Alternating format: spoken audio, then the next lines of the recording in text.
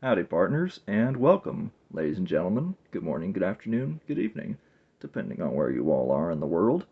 This is your friendly neighborhood ghost, and tonight I have another comics video for you all.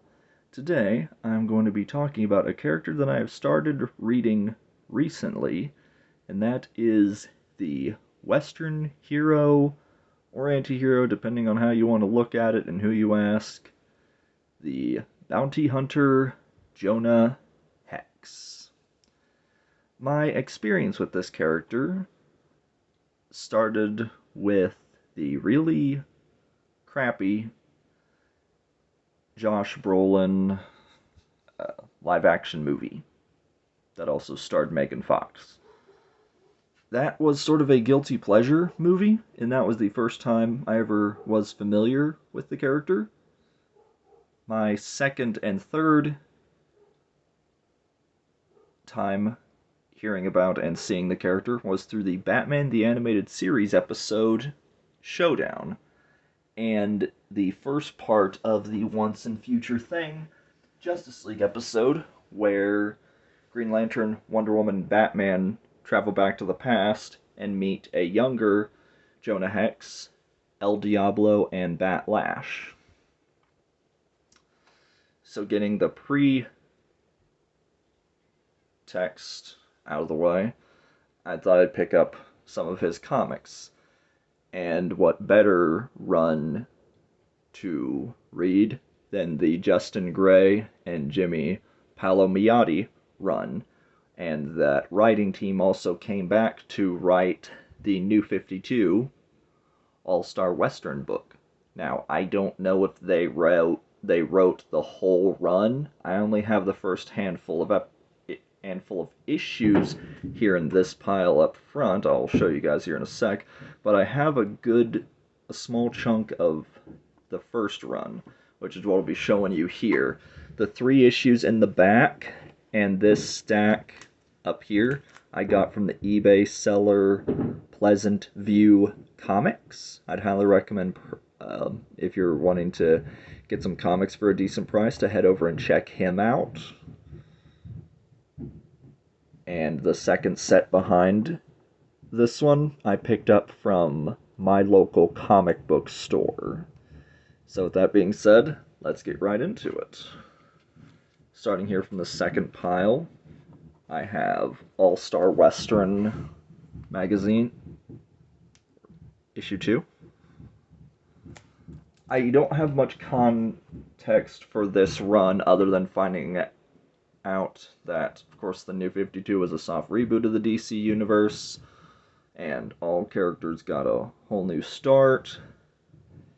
This version of Jonah Hex around this time, if it wasn't obvious from the first issue's cover, Jonah Hex is active in Gotham, but a bunch of the characters we meet in the first DC run appear in this New 52 series.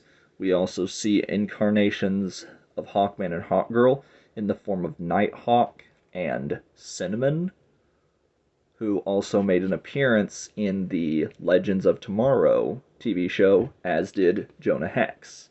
I can't speak for the actor's portrayal of the character. I haven't watched that episode. But anyway, here's issue 3, Guns, Gore, and Gotham. And then after that is issue 4. I tried to put these in a somewhat... I tried to put them in order. Issue 4 and issue 5. This is the first 5 issues, the Batcave. And then here's the rest of the first run, issue 2. Love that cover art, by the way. They did some really fantastic covers with this series, and that's from looking at them on mycomicshop.com. The first issue, covering up half of Jonah Hex's face, kind of reminds me a bit of Clint Eastwood's Josie Wales a little bit, but at least that's what I think anyway. Then here's issue 3, Bat Lash. And then issue 11, according to mycomicshop.com, this one is actually a follow-up story or a somewhat sequel to the first issue. From what I've seen someone else talk about with this run, a lot of these issues can be read as standalone stories, but there are certain books that are a part of a three arc story or 2 arc story, or in the case of the latter issues in the 40s, there's a 6-part story called The Six Gun War, which I have. You'll see that here in the second pile. But from what I've understood, this one is actually a sequel or follow-up story to issue 1, so look forward to reading that. This is, speaking of which, issues 13, 14, and 15 detail the origin of Jonah Hex. This is a scene, of course, him being tortured at the Union camp for information about where his Confederate brethren are, and of course he won't talk. Issue 14, Origin, and issue 15. The conclusion of the Origin. This is issue 16. This introduces the character who is his on-again, off-again love interest or partner, Tallulah Black. She goes through a very interesting arc in this run, especially during the latter half of this story.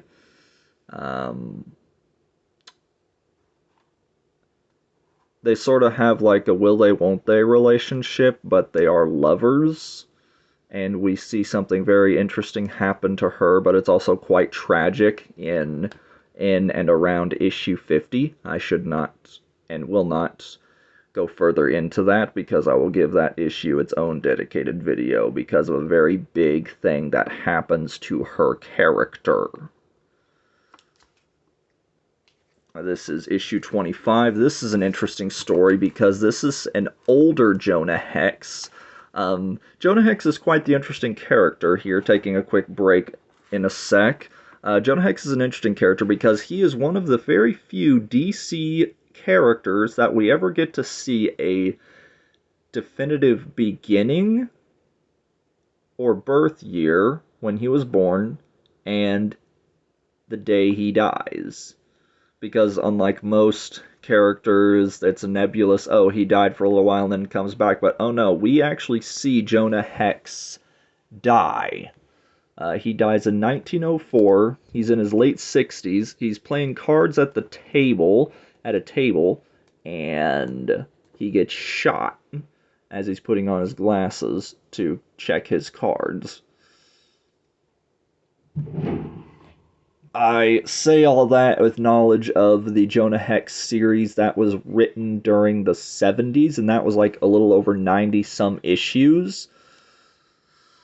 And, hold on a sec. Sorry about that, that was my cat in the background. You hang on, buddy. I'll feed you here in a minute as soon as I'm done. But anyway, we see Jonah Hex from birth to death. He does, in this issue, is significant because this is him in later life. This story takes place in 1899. He is older, and we are introduced to Jonah Hex's son, Jason Hex, that he has with a woman named Mei Ling, I believe. But it's revealed in this one that she has died, and that she basically took Jason away from Jonah when Jason was very, very young, because apparently by this issue I've actually read a bit of this. She didn't want him to be involved in his life because it was too dangerous and like other things. And then Jonah Hex ends up leaving at the end of the book, but not before we see a woman holding a baby, and then the woman walking over to Jason and finding out that that's actually Jason's wife and son. Or Jason's child. Doesn't know if it's a boy or a girl. Don't know. But yeah. Anyway, we know about him later in life. There's a bit more about Jonah Hex's death and ending, which I'll save for later, because I have some more of these books on their way. There's some more of this run and a few more issues of the New 52, run. The New 52 series only ran for 34 issues, and recently they made an Omnibus edition collecting the entire run, including the Zero issue, which I have here on the video. But anyway, kind of going back to this, I can go on a tangent for a while. I'm just sort of like bringing up various different topics related to this character. And here on the bottom is the final issue of the first run, 70 issues. The reason why I talk about Jonah Hex's death, because it was brought up in a later issue during the 70s book. It was called the Jonah Hex Spectacular, which was the chronicle of the last story of Jonah Hex. That story is revisited in this book. We see his death at the very beginning. In fact, I'll actually show you a panel. Anyway, it starts here. This is a sort of a recreation of the final Jonah Hex story, which we see him die.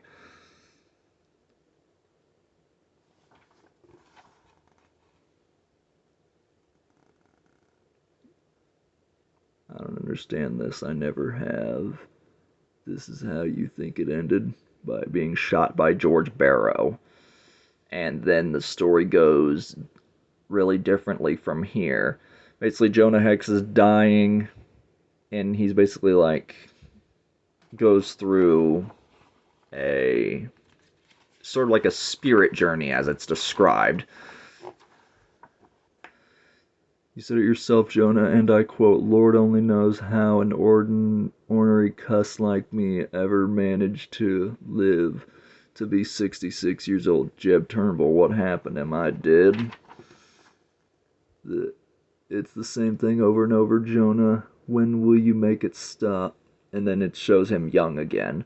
When I'm... make what stop, Jeb? All of this fuss.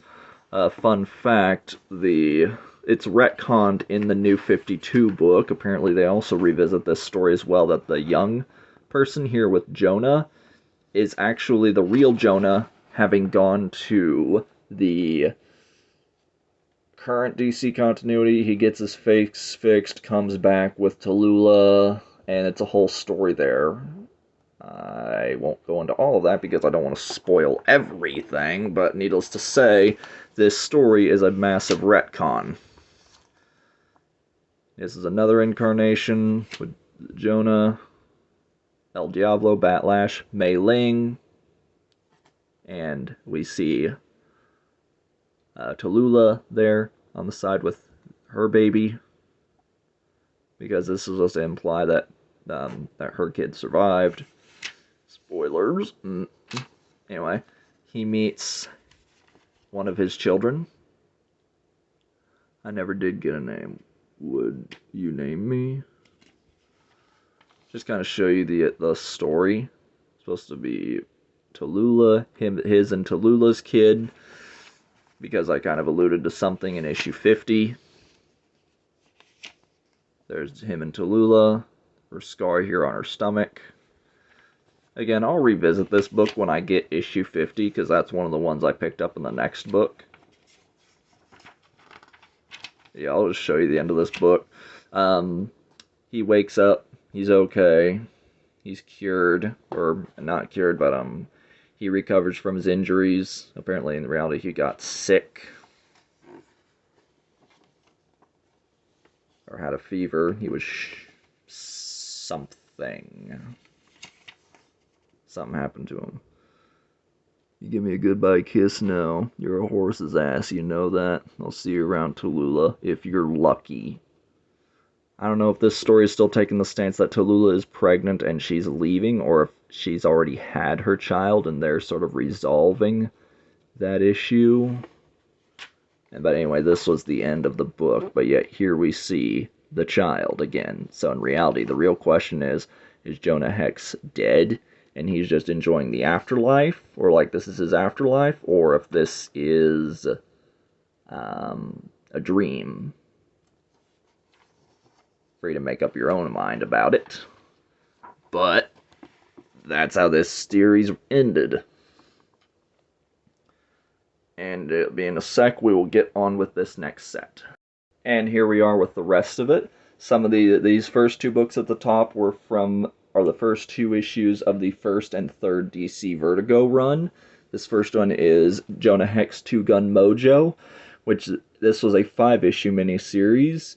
This was from the first run of Vertigo comics, and this series was turned into a motion comic, which is available to watch on YouTube for free. Highly recommend giving it a watch if you're at all interested. And I do not have the second one, but I do have the third run, Jonah Hex Shadows West. This was a 3-parter. The art is not as good as the first 2 books. In fact, it kind of reminds me of some like older retro comic art. It's definitely a weirder story for Jonah, but I can still recommend reading it, especially if you've read the first 2 stories. But don't go out of your way for it. Stick with the first 2. But if you have already, like I said, read these first 2 runs, pick the third up. And then here is the rest of some more of the Palamati first run. This is issue 4. Issue 5. Issue 6 deals with a story where nuns are carrying firearms in and around a town. Jonah Hex actually encounters one of the nuns, and it is revealed. We don't get much like backstory and flashback, aside of some dialogue exchanges here and there, that one of the nuns was actually a childhood sweetheart of Jonah Hex when he was a kid, back before he joined the Civil War, was involved in the Civil War, and before he was sold to the Apaches, or could have been sometime afterwards, because she asks him about his face a little bit. They talk, but the girl's name is Evelyn, and she meets a really sad fate, unfortunately. This one is issue 7. This one is issue 8. Good art on this one. Interior art. Issue 9 has an interesting style cover. The black and white. This one is issue 17. This picks up with Jonah and Tallulah after the events of issue 16.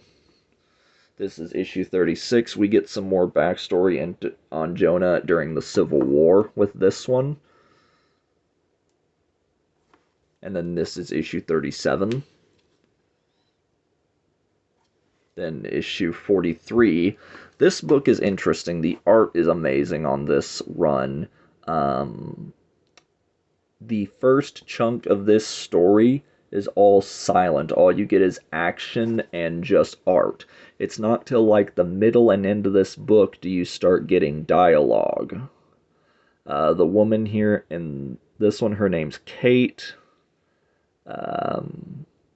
Her family is murdered. Jonah Hex saves her life, and some stuff happens after that. But he basically says goodbye to Kate and leaves at the end of the story. This is issue 44. This is what I alluded to earlier in the video about them being part of story arcs or bigger stories. This is the 6-Gun War. This is part 1. This one is part 2. This one is part 3. This one is part 4. Tallulah, El Diablo, Bat Lash, Tallulah, Scalp Hunter with the assist of Native Americans. Part 5. I can tell you this, the big overarching big bad is Turnbull, but that fight is snatched away from Jonah because of the intervention of the Mexican army. And he says if you basically try to come after him and come over to Mexico, you'll all be arrested or shot. This is the last one. So he's basically robbed of his defeat. He's like, you ever come to Virginia, we'll have finished that fight. He's like, I'll hold you to it. And then after That is issue 51. Again, waiting on issue 50 because that's a big story moment. And that's all.